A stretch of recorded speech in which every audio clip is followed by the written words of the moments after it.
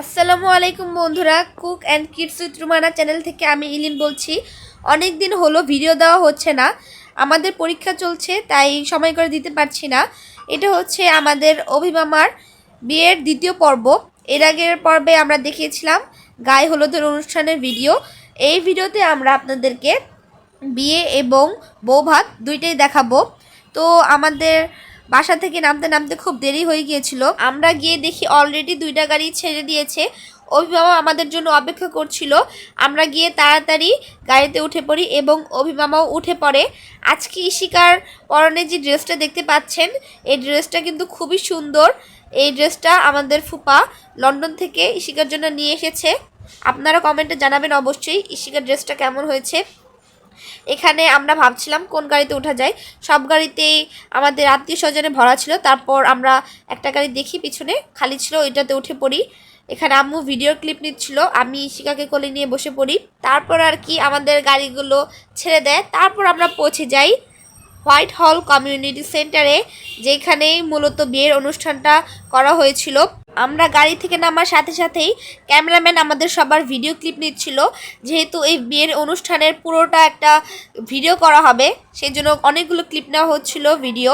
বন্ধুরা, আমি এখন কিছু বলবো না, আপনারা গানসহ কিছুক্ষণ ভিডিওটা উপভোগ করতে থাকুন। আশা করি আপনাদের ভালো লাগবে।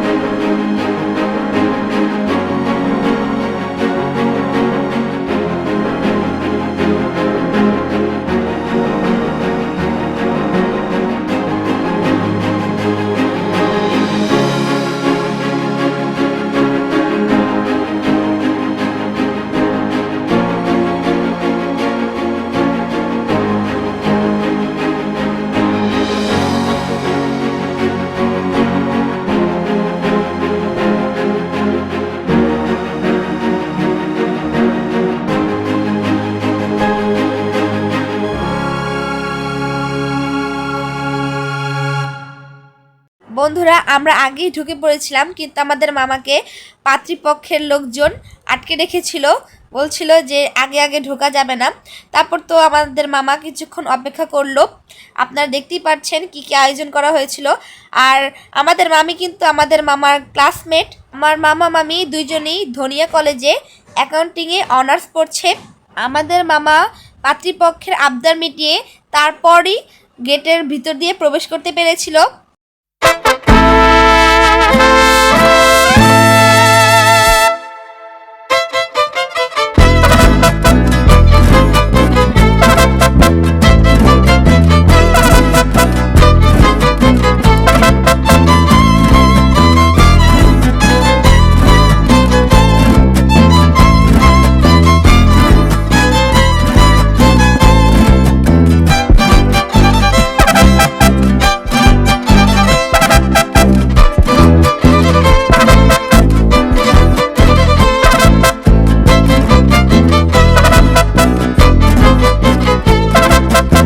আমরা কিছুক্ষণ পরেই খেতে বসে পড়ি টেবিলে।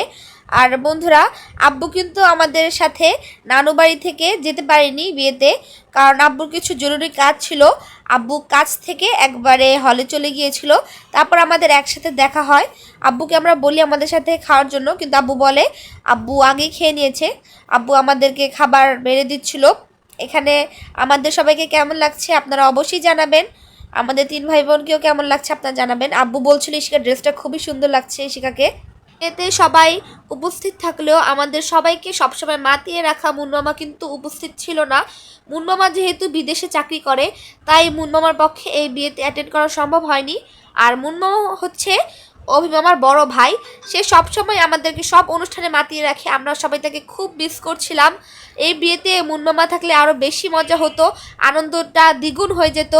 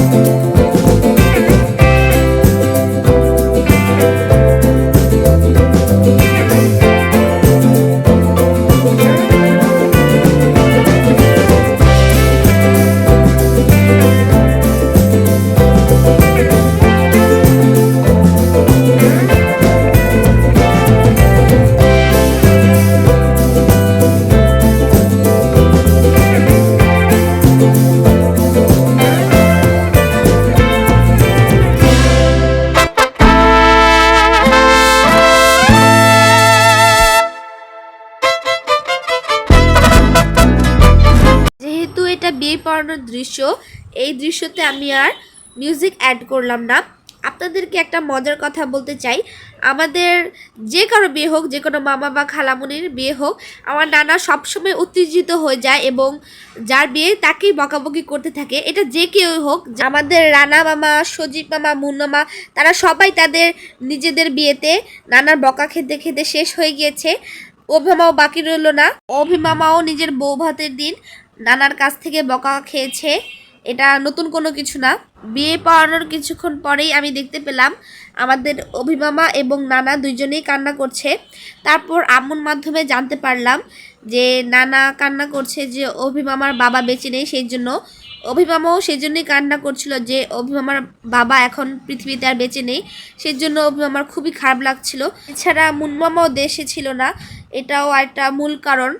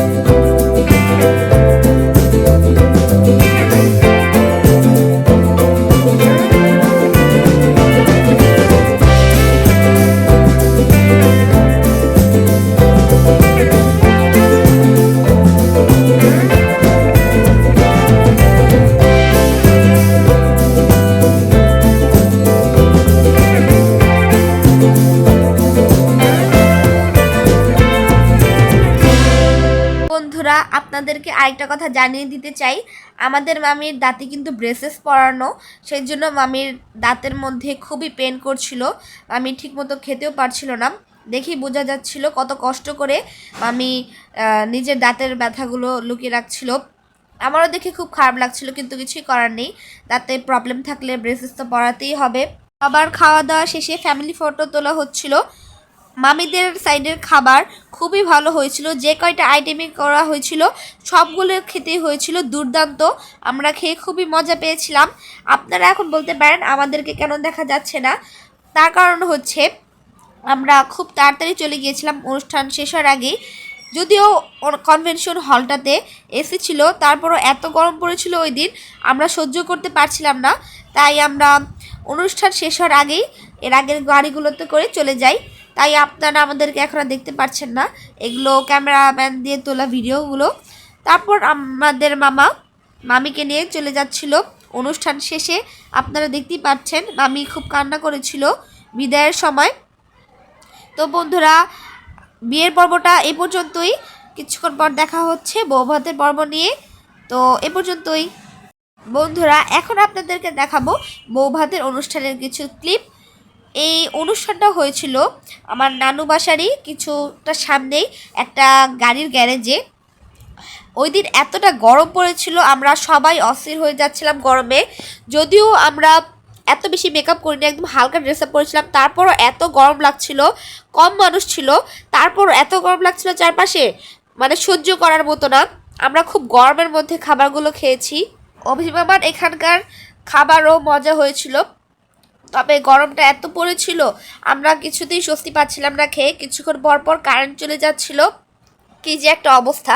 আপনাদেরকে রান্না করার দৃশ্য দেখিয়ে দিচ্ছি। এখানে বাবুর্চিরা আমার দিকে অবাক হয়ে তাকিয়ে রয়েছিল, আমি খাবারগুলো ভিডিওতে দেখাচ্ছিলাম সেই জন্য। এখন আপনাদেরকে আমাদের খাবারের কিছু ক্লিপ দেখিয়ে দিচ্ছি। আমি তো খেতে বসে পড়েছিলাম, আম্মুকে বললাম যে তুমি আমাদের ভিডিওর ক্লিপ নাও। এখানে আমাদের কিউট ঋতপুর সাথে আমরা কিছু পিক তুলছিলাম। আমাদের ঋতপু পিক তুলতে খুবই ভালোবাসে, আপুর মোবাইলে হাজার হাজার পিক রয়েছে। বন্ধুরা, আপনারা কিন্তু জানাতে ভুলবেন না বৌভাতের দিন আমাদের সবার লুকটা কেমন হয়েছে। আপনাদের কাছে বিয়ের লুকটা বেশি ভালো লেগেছে নাকি বৌভাতের, সেটাও আপনারা জানাতে পারেন কমেন্টে। এখানে আমি নানের সাথে বসেছিলাম। আমি সবসময় নানকে বলি যে যখনই বসবা টেবিল আমার সাথে বসবা, নানের সাথে বসতে পেরেছিলাম। আর এখানে অভিমামা আমাদেরকে এসে জিজ্ঞাসা করছিল আমরা কেমন খাচ্ছি, কীভাবে কি সব কিছুর খেয়াল রাখছিল অভিমামা। আসলে আমি অন্যান্য সবাইকেই দেখি বিয়ের দিন নিজের খেয়ালই রাখে, মানে নিজের আশপাশের ফ্যামিলি মেম্বারদেরই বেশি খবর রাখে, কিন্তু অভিমামা একদমই ভিন্ন। অভিমামা একে একে সবার খেয়াল নিচ্ছিল, নিজের বন্ধু বান্ধব আত্মীয় স্বজন সবার খবর নিচ্ছিল, এটা আরও বেশি ভালো লেগেছে। এখন তো দেখতেই পাচ্ছেন আম্মুর নেওয়া ক্লিপ। এখানে আমাদের আরও অন্যান্য অনেক আত্মীয় স্বজন আমাদের সাথে খেতে বসেছিল। বিয়েতে যেমন আমার অভিমামাকে দেখতে খুবই ভালো লাগছিল, বৌভাতের দিনও খুবই ভালো লাগছিল অভিমামাকে দেখতে।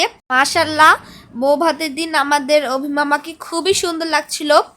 আমি যেহেতু নান আর ঋতুপুর মাঝখানে বসেছিলাম, তাই ওরা দুইজন আমাকে খাবার বেড়ে বেড়ে দিচ্ছিল। আসলে বিয়ে বাড়িতে আমি নিজে বেড়ে খাবার খেতে পারি না, আমি খাবার ফেলে দিই, সেজন্য আমি বলি আমার পাশে যেই বসে ওকে খাবার দিয়ে দিতে। তো খাওয়া শেষে আমরা আমাদের ভাই বোনদের সাথে কিছুক্ষণ গল্প করতে থাকি। এত গরম ছিল, আমরা কিছুক্ষণের জন্য বাইরে গিয়েছিলাম, তারপর ছবি তোলার জন্য আবার ভিতরে এসে পড়ি।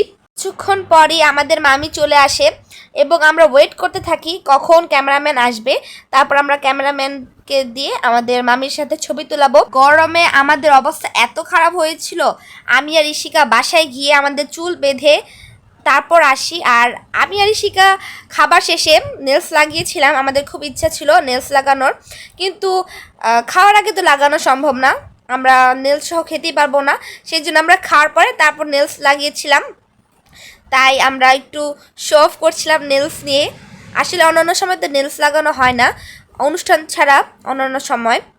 আপনাদেরকে এই ভিডিওতে ইশিকার যে ড্রেসটা দেখাচ্ছি, এটাই হলো সেই ড্রেস নিউ মার্কেট থেকে কেনা, যেটা ইশিকা ঈদের সময় কিনেছিল আর কাউকে বলেছিল যে দেখাবে না ভিডিওতে।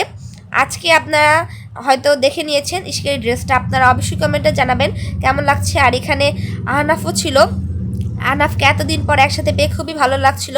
আমরা অনেক দিন পর ভাই বোনের একসাথে হতে পেরেছিলাম, তাই খুব ভালো লাগছিল। তারপর আমরা অবশেষে চলে যাই মামির সাথে ছবি তুলতে। এখানে আমরা গ্রুপ ফটো তুলছিলাম, একে একে সবাই উঠে পড়ছিলাম স্টেজে। আপনারা অবশ্যই জানাবেন আমাদের মামিকেও কেমন লাগছে। বউ ভাতের দিন আমার মনে হয় বিয়ের অনুষ্ঠানের থেকে বেশি ভালো লাগছিল দেখতে, লুকটা বেশি ভালো হয়েছিল। মামিকে এই কালারের শাড়িতে খুবই ভালো লাগছিল।